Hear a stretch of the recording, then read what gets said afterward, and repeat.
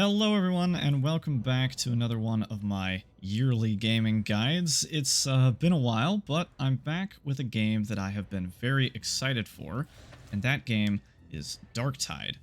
Now, I've pumped about 40 hours into this bad boy over the span of 3 days on the closed beta weekend, and I figured I'd share some of the little nuggets of wisdom that me and my team have accumulated over the course of the event.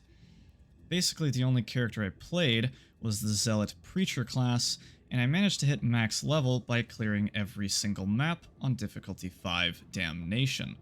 So I'd like to highlight some of the intricacies of playing a Zealot on the maximum difficulty within a balanced team, and to provide those of you that weren't invited into the closed beta some consumable content to quench your thirst. Now, I am intentionally not going to focus much on the feats available to the Zealot because I believe that these are the most likely to change before release, and plenty of other people have already covered those. So I instead will be talking largely about playstyle and the Zealot's role in a standard team. Topics I'm going to cover will be aimed at players attempting maximum difficulty runs, but that doesn't mean that the concepts will be useless for newer players. Hopefully this will be useful for all of you aspiring Zealot mains out there, but I also think that it will be beneficial knowledge to have as any of the other 3 classes as well. So, listen up.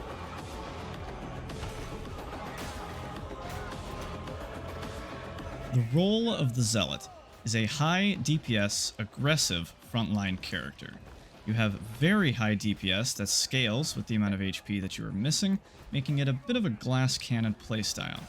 Contrarily, however, you are by no means squishy. You can resist death every 90 seconds, you have the most mobility out of every class in the game thanks to your low cooldown dash ability, and you have decent weapon variety letting you fill several different roles. Meaning that you're kind of a flexible class. You can be an initiator, melee support, main tank, off tank, boss DPS, elite DPS, crowd control, and you get to rep the big golden boy himself all at the same time. What more could a man of the Imperium ask for? Now, the Zealot has a variety of jobs within your standard Darktide squad. Has your Ogryn charged way too deep and is getting owned by a bunch of ranged enemies? Then it's your job to tie those ranged enemies up. Is your backline being attacked by armored melee infantry? Guess what? That's Zealot's job too. Is your team being oppressed by a sniper a million miles away? If you guessed Zealot's job, then you're absolutely wrong, and exactly the kind of person that needs to watch this video. Yes, Zealot can fill a lot of different roles. However, some roles are better filled by other classes, and the most effective way that I have found to play Zealot within a balanced team is as a single target frontline DPS machine, which is coincidentally the name of my new album. The weapons I used extensively for this in the closed beta were the combat axe and the combat shotgun, because Zealot is a class all about combat. You get in, you slay every single heretic that stands in your way, and then you slay every single one that isn't in your way, and then you slay a few innocent bystanders just to make a point, and you do it all in the name of the Emperor and his gloriously golden throne. This, as a Zealot, is your calling. The main purpose of the Combat Zealot, as I'm going to call it, is to provide your team with an answer to the issue of high elite density at higher difficulties. On Damnation difficulty, we were encountering groups of Crusher and Bruiser Ogryns along with groups of 5 or more Maulers at the same time, and on a fairly regular basis too. Our Psyker Veteran backline did not have enough DPS to address those threats and the increased special amounts on top of that, so the Combat Zealot fills that role quite nicely. For maximum effectiveness, you'll want to obey the Ogryn buddy system to make sure you two can support each other with coherency buffs and provide extra staggering potential with your combined frontline might. If the elites are under control, then the other major role of the Combat Zealot is to tie up ranged infantry. Since the majority of damage that we seem to take as a party came from the uncontended standard ranged enemies and scab gunners, this needed addressing. On the highest difficulties, these enemies will absolutely ruin you if left unchecked. Zealot's mobility makes him a great answer to this problem. An interesting side note to this is that it seems that groups of ranged enemies will tend to all stop shooting and engage you in melee if you manage to land a melee hit on one of their squad. It's almost as if you have initiated some sort of challenge to their honor, and as such, they want to capitalize on the opportunity to get some stabbing in. You may think this will make your life harder, but this is actually very useful for us, because it lowers the pressure on the rest of your team by having them be in melee mode instead of the far more dangerous ranged mode. Just by having you be in melee with these enemies makes life 10 times easier and is essential for group survival on higher difficulties. I cannot stress this point enough. The final thing that you want to be paying attention to is your backline. Since you have the most mobility of all of the classes, it is in fact your job, not the Ogren's, to pull back to defend your squishy teammates in the event that some annoying armored units are harassing them. Ad's behind. Okay, coming.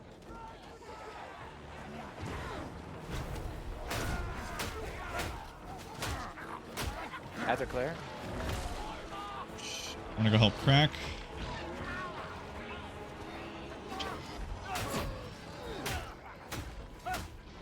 Okay, clear of ads. The Ogren. Treat it just like a rat ogre and you'll see its pattern. Hopefully your backline players are fairly competent and will know how to play around their front line, but every situation will be different and your teammates will have varying levels of competence. You'll have to play it by ear and think on the fly to become a true team asset.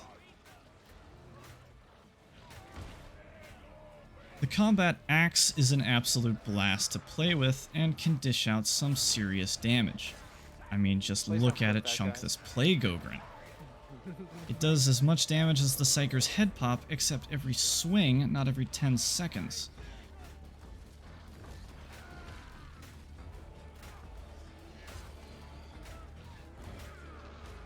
For anything that has a lot of HP, you basically just want to spam the heavy attack.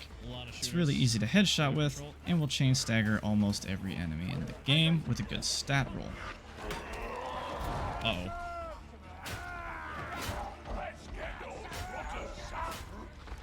Look at that hit stagger. Get smashed. Yeah, I'm telling you, this axe is amazing. Guaranteed crit. What damage? For the Poxwalkers, I found some success alternating between the push attack and the light one. Push attack has decent cleave and will help you deal with a large number of Poxwalkers.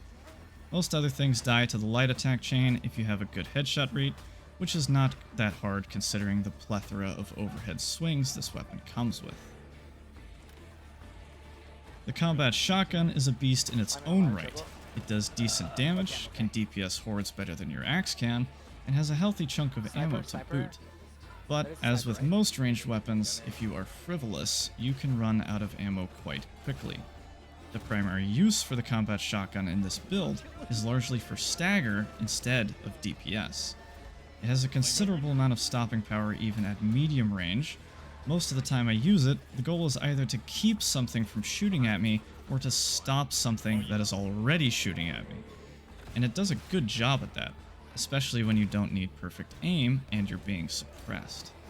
Do remember that the end goal is almost always to get into melee, as that is where most of your buffs kick in, not kill things at ranged. Not that the combat shotgun is incapable of killing things.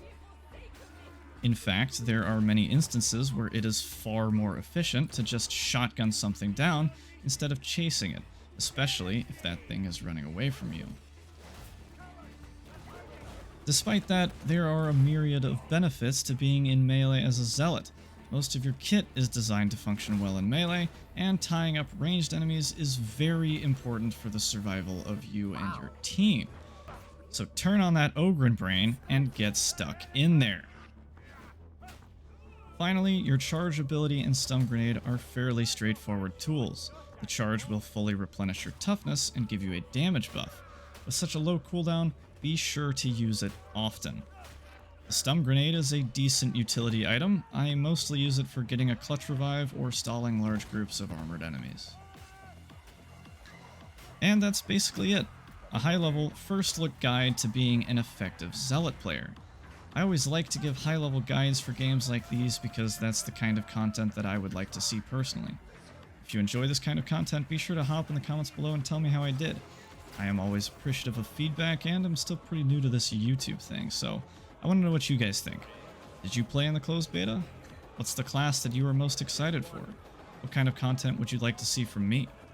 Please feel free to hop down there and share your thoughts. Oh, and one last note. Do you wish this video had chapters? You know, that thing that lets you scroll through the video and see what information is where?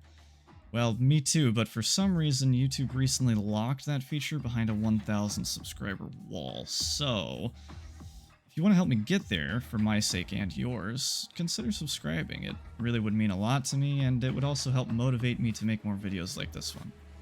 With all that out of the way, thanks for watching. I hope you enjoyed, and I will see you gamers later.